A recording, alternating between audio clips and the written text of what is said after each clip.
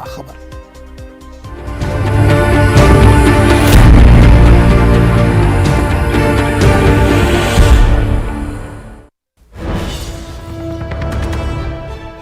इस वक्त मुंबई से बड़ी खबर आ रही है। एनआईए की बड़ी कार्रवाई, दाऊद इब्राहिम के साथियों के ठिकानों पर छापे।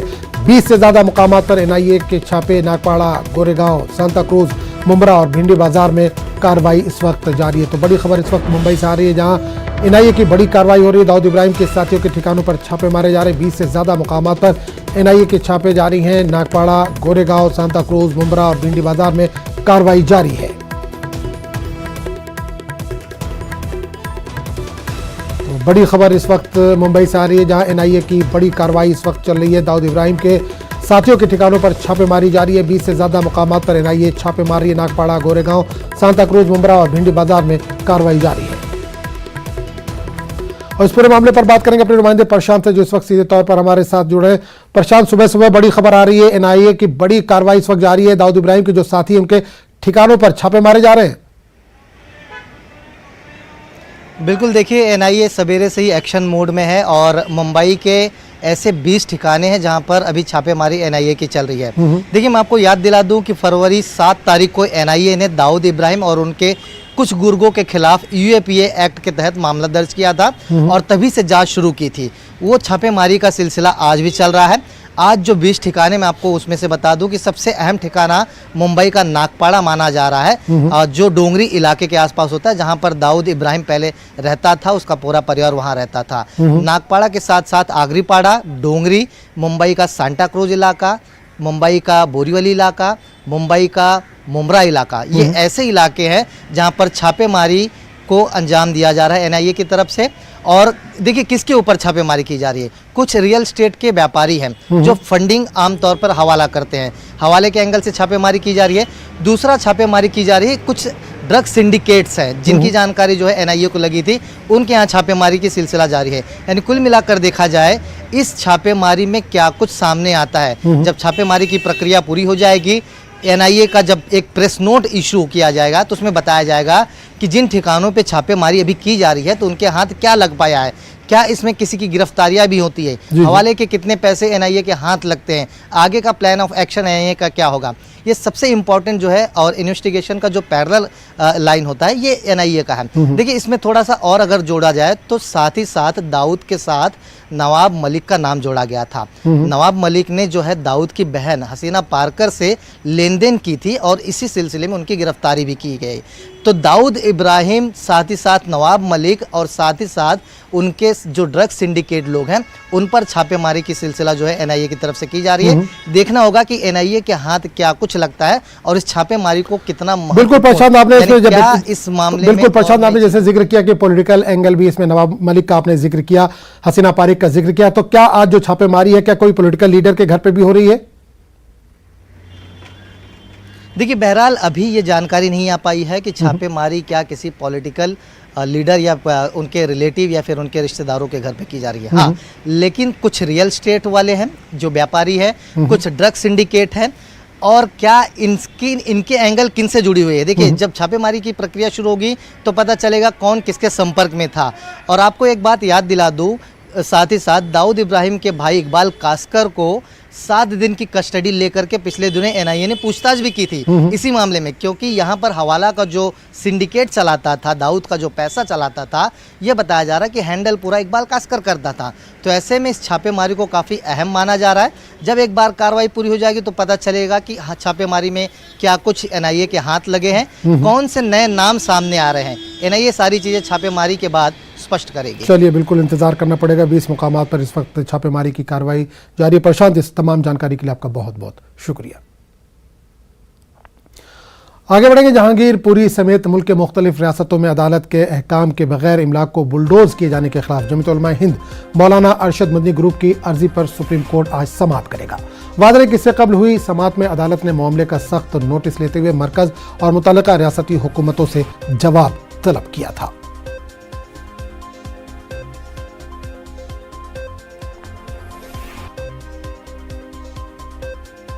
तजावुजात के खिलाफ जनूबी दिल्ली में एमसीडी की कार्रवाई के हवाले से लोगों में तशवीश पाई जाती है। एमसीडी की कार्रवाई से कबल लोग खुद से ही तजावुजात हटाने में जुटे हैं। तकरीबन 90% तजावुजात हटा लिए गए। ज़राए के मुताबिक एमसीडी की कार्रवाई आज भी टल सकती है। और इस पूरे मामले पे बात करने के लिए हम सीधे रुख करेंगे दिल्ली का, जहां से नुमाइंदा खुर्रम इस वक्त सीधे तौर पर जुड़े। खुर्रम, लगातार ये खबर आ रही है कि शाहीन बाग पर भी बुलडोज़र चल सकता है, जो तजावुजात गैर कानूनी वहाँ पर हैं उनको हटाया जा सकता है। तो किस तरह का माहौल एक तरह से वहाँ पर देखा जा रहा है इस वक्त शाहीन बाग में? देखिए आसम, अभी मैं शाहीन बाग में उसी जगह पर मौजूद हूँ जहाँ पर सीए का प्रोटेस्ट हुआ था। और ये जी ब्लॉक का इलाका है। ये इलाका बिल्कुल वही है जहाँ पर जो साउथ दिल्ली कॉरपोरेशन है वो यहाँ पर कार्रवाई करना चाहता है। और आप देखेंगे कि मेरे पीछे जिस तरीके का ये पूरा अभी पूरा जो है आपको खाली दिखाई दे रहा है, लेकिन काफ़ी सारे जीने आपको बने हुए दिखाई दे रहे होंगे। ये जद में आ सकते हैं इस कार्रवाई की। लेकिन अभी जिस तरीके से यहाँ पे दुकानें हैं, ये आमतौर से बड़े बड़े शोरूम हैं, ये शोरूम 11 बजे के बाद ही खुलते हैं। तो फिलहाल अभी यहाँ पर सन्नाटा है। हालांकि यहाँ पर पुलिस सिक्योरिटी फोर्स अभी हमें दिखाई नहीं दे रही है। और फिलहाल जो दिल्ली पुलिस की तरफ से जो खबर आ रही है, बड़ी खबर यही है कि आज भी ये कार्रवाई टल सकती है, क्योंकि कॉरपोरेशन की तरफ से जिस तरीके से बताया जाना चाहिए था कि उसे कितनी फोर्स चाहिए, कहाँ पर कार्रवाई करनी है, कितनी आशंका है, कितने वहाँ पर गड़बड़ भी हो सकती है, तो संवेदनशील जो हसास इलाका है, इस इलाके के को देखते हुए उस तरीके से एमसीडी ने दिल्ली पुलिस को नहीं बताया है। और यही वजह है कि दिल्ली पुलिस की तरफ से ये कहा जा रहा है कि फ़िलहाल पुलिस फोर्स शायद आज अवेलेबल ना हो और बहुत कम जो है इम्कानात हैं कि यहाँ पर आज बुलडोज़र की कार्रवाई हो। हालांकि यही इलाका है, आगे जसोला है, जसोला के पास एक नाला है और उस नाले से लेकर के कालंदी कुंज रोड जो जाता है आगे तक, वहाँ तक ये कार्रवाई करने की बात थी। लेकिन तजावुजात यहाँ पर पुख्ता तौर पर मौजूद हैं, ये ज़रूर मौजूद हैं। और ये अगर तोड़े जाते हैं तो काफ़ी बड़ा नुकसान जो है वो यहाँ के खुर्रम जहांगीरपुरी की अगर हम बात करें तो वहाँ पर लोग जहनी तौर पर तैयार नहीं थे। अचानक बुलडोज़र पहुंचा, लोग अपने सामान भी नहीं निकाल पाए थे। लोगों की जो शिकायतें थी, शाहीन बाग में कई दिनों से ये कहा जा रहा है कि बुलडोज़र चलेगा। तो जो गैर कानूनी तजावुजात हैं, क्या लोगों ने हटाने शुरू कर दिए वहाँ से कार्रवाई से पहले ही? देखिए, मैं इस वक्त जहां मौजूद हूं, यहां से भी काफ़ी ज़्यादा तजावुजात थे वो खुद ही हटा लिए हैं। उससे पहले मैं कालंदी कुंज और बटला हाउस जो थाना जामिया नगर को रोड जाता है वहां पर मौजूद था। वहां पर हमने देखा है कि जो फर्नीचर्स की दुकानें हैं उनको सभी ने 90% लोगों ने पूरी तरीके से हटा लिया है। मस्जिद का कुछ हिस्सा बना हुआ था जिसमें टॉयलेट वगैरह का एक पोर्शन था, वजू खाना था, उसको खुद ही मस्जिद की कमेटी ने 3 दिन पहले मीटिंग करके तोड़ दिया है। ये तमाम चीज़ें हुई हैं। यही वजह है कि साउथ दिल्ली कॉरपोरेशन के जो सेंट्रल जोन है उसके जो ऑफिसर्स हैं उनकी तरफ से कहा गया है कि 70% से ज़्यादा तजावुजात जो अतिक्रमण है उसको शाहीन बाग के इलाके में हटा लिया गया है। तो ये तमाम चीज़ें हैं अपनी जगह। साथ ही साथ आजम, आज देखा जाए तो सुप्रीम कोर्ट में एक अहम सुनवाई होने वाली है इस पूरे मामले को लेकर, खास तौर से जमीयतुल उलमा ने जहांगीरपुरी मामले को लेकर के जिस तरीके से वहां पर सुप्रीम कोर्ट का ऑर्डर आने के बाद जिस तरीके से कार्रवाई होती रही थी, उस मामले में आज एमसीडी को अपना जवाब दाखिल करना है कि 11:15 बजे जब सुप्रीम कोर्ट का ऑर्डर आ गया था फिर भी 12 बजे तक क्यों बुलडोज़र चलता रहा। तो ये एक अहम नुक्ता है जिस पर आज समाअत होनी है। हालांकि एक दूसरी पिटीशन ज़रूर सीपीआई की तरफ से वो सुप्रीम कोर्ट में गई है जो बुलडोज़र की पूरी कार्रवाई के खिलाफ है। तो ये तमाम चीज़ें जो है आज़म आज होने वाली है और ये तमाम जो चीज़ें हैं, तमाम जो नुकात हैं, हम अपने नाज़रीन को ये ज़रूर बताते रहेंगे। फिलहाल दिल्ली पुलिस की सिक्योरिटी फोर्स जो है वो शाहीन बाग में मौजूद नहीं है। और आज जिस तरह से पुलिस ज़राए से खबर आ रही है कि ये मामला जो है कार्रवाई का वो पूरे तौर से टल सकता है। चलिए, बहुत बहुत शुक्रिया खुर्रम इस तमाम जानकारी के लिए।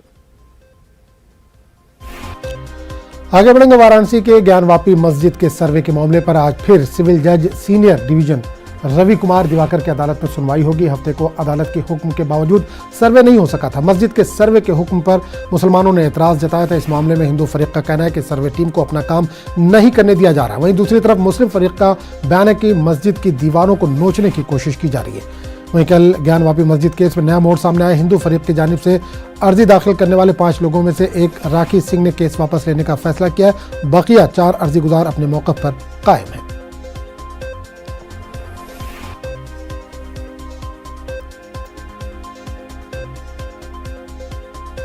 खबरों का सिलसिला जारी रहेगा, लेकिन एक छोटे से वक्फे के बाद।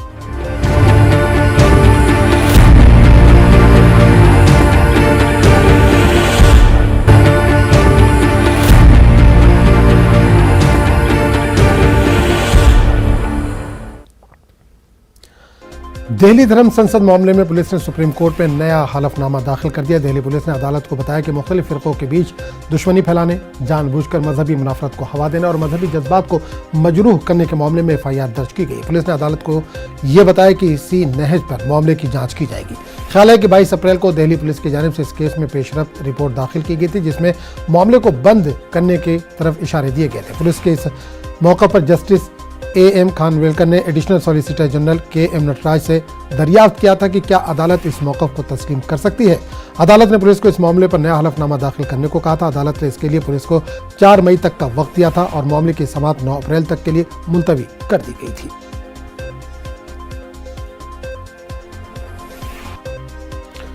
मशरूत जमानत पर रिहा महाराष्ट्र के राणा जोड़े, नवनीत और रवि राणा आज दिल्ली रवाना होंगे। जराये के मुताबिक दोनों लोकसभा स्पीकर और आला क़यादत से मुलाकात कर सकते हैं। उधर महाराष्ट्र में राणा जोड़े की मुश्किलें बढ़ सकती हैं। हुकूमत तौहीन अदालत की अर्जी दाखिल कर सकती है। ख्याल है कि जमानत देते हुए अदालत ने हनुमान चालीसा तनाज़े पर मीडिया से रूबरू न होने की शर्त रखी थी।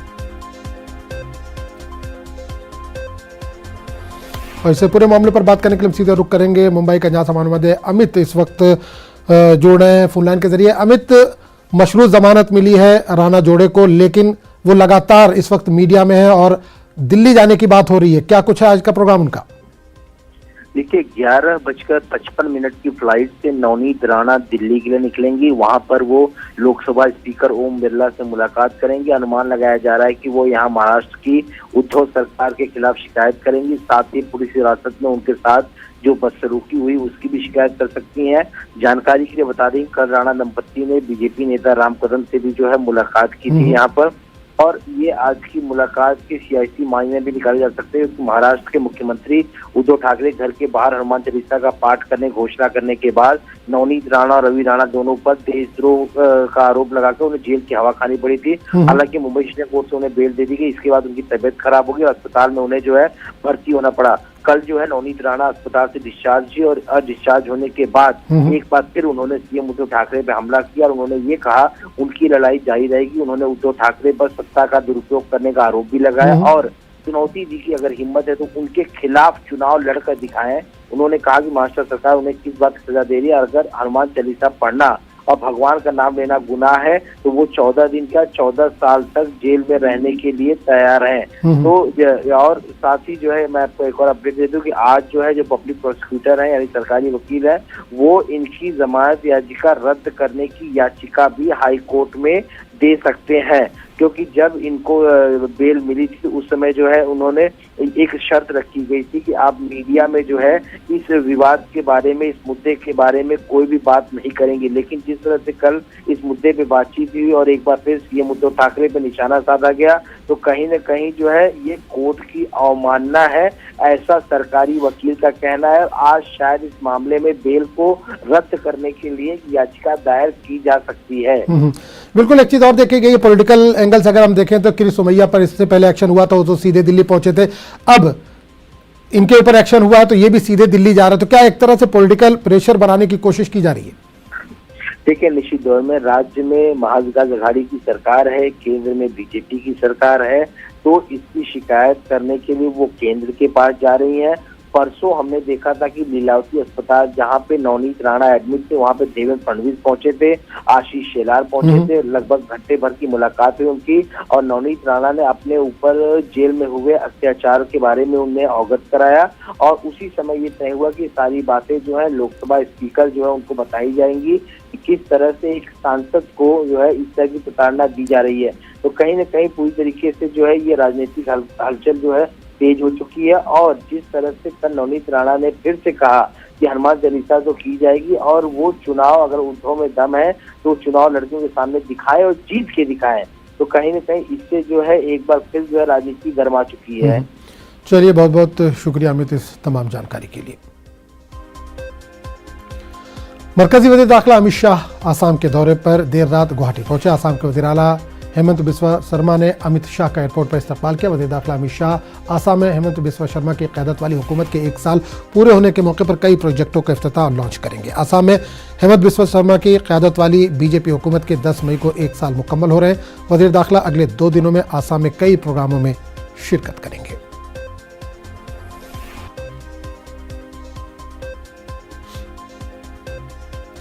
उड़ीसा के रायगढ़ जिले में 2 हॉस्टलों में रहने वाले 66 तलबा कोरोना मुस्बत पाए गए। बताया जा रहा है कि इतने केसेस गुज़िश्ता 1 माह के बाद दर्ज किए गए। मुस्बत तलबा में कोई अलामात नहीं पाई गई हैं। तमाम तलबा की हालत मुस्तकम है और वो तमाम ज़ेर निगरां हैं।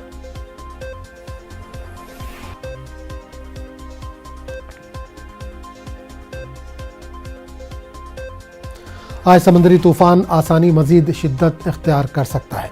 महकमा मौसमियात ने आंध्र प्रदेश, उड़ीसा, मगरबी बंगाल में बारिश का अलर्ट जारी किया है। माहीगीरों को समंदर में न जाने की सलाह दी गई है। उड़ीसा में रियासती हुकूमत ने रेस्क्यू ऑपरेशन के लिए मुनासिब इंतजाम किए हैं। एनडीआरएफ और डीआरएफ की टीमें किसी भी सूरत हाल से निपटने के लिए पूरी तरह से तैयार हैं। Cyclone Nosani, and this is currently located around in southeast Andaman Sea, around 11 degree north latitude and 88.4 degree east longitude, almost about 900 kilometers southeast of Puri.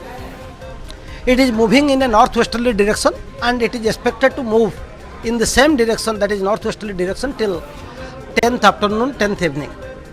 And in the afternoon to evening of 10th May, it is expected to recurve in a northeasterly direction.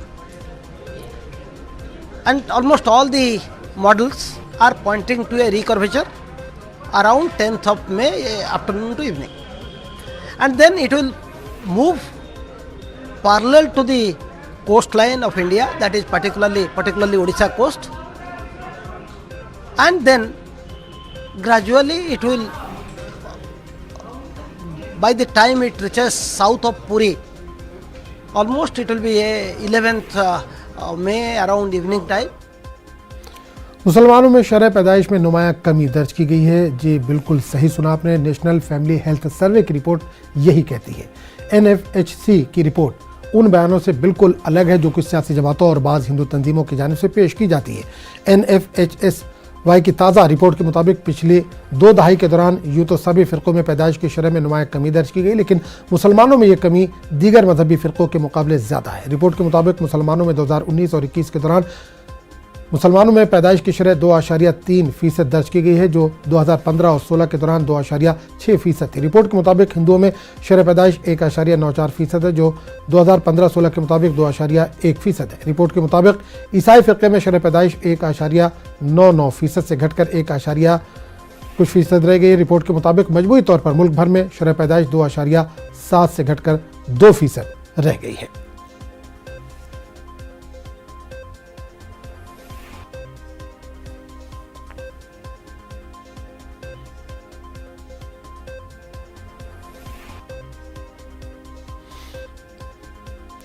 रूस को Ukraine पर हमला करने पर मगरबी ममालिक की जानिब से पाबंदियों का सामना है। अब अमेरिका ने कहा है कि G7 ममालिक मरहलेवार रूसी तेल की दरामदात को कम या महदूद करने के लिए पुरअज़्म है।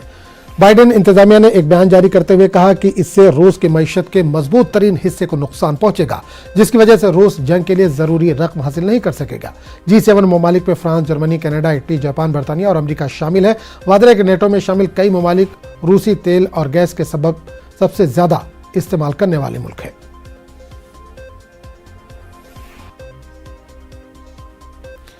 उधर अमेरिका की खातून अव्वल यानी सदर बाइडेन की अहलिया जिल बाइडेन यूक्रेन का गैर एलानिया दौरा कर रही है। जिल बाइडेन ने इतवार को रूस की जारहियत के दौरान लोगों की हिमायत का इजहार करने के लिए यूक्रेन का गैर एलानिया दौरा किया।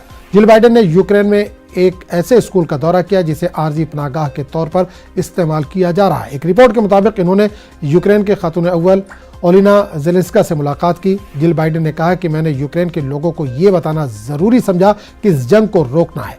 अमेरिका के अवाम यूक्रेन के लोगों के साथ खड़े हैं।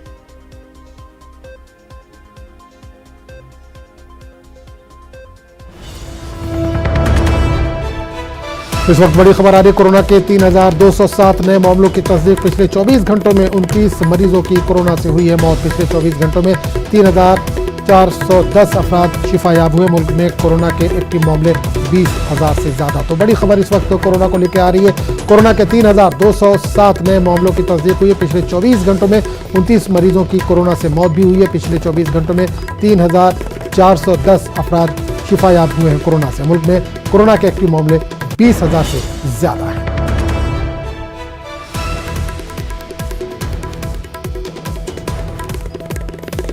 इस वक्त बड़ी खबर कोरोना को लेकर आ रही है। कोरोना के 3,207 नए मामलों की तस्दीक हुई है। 24 घंटों में 29 मरीजों की कोरोना से मौत भी हुई है। पिछले 24 घंटों में 3,410 अफराद शिफायाब हुए। मुल्क में कोरोना के एक्टिव मामले 20,000 से ज्यादा है।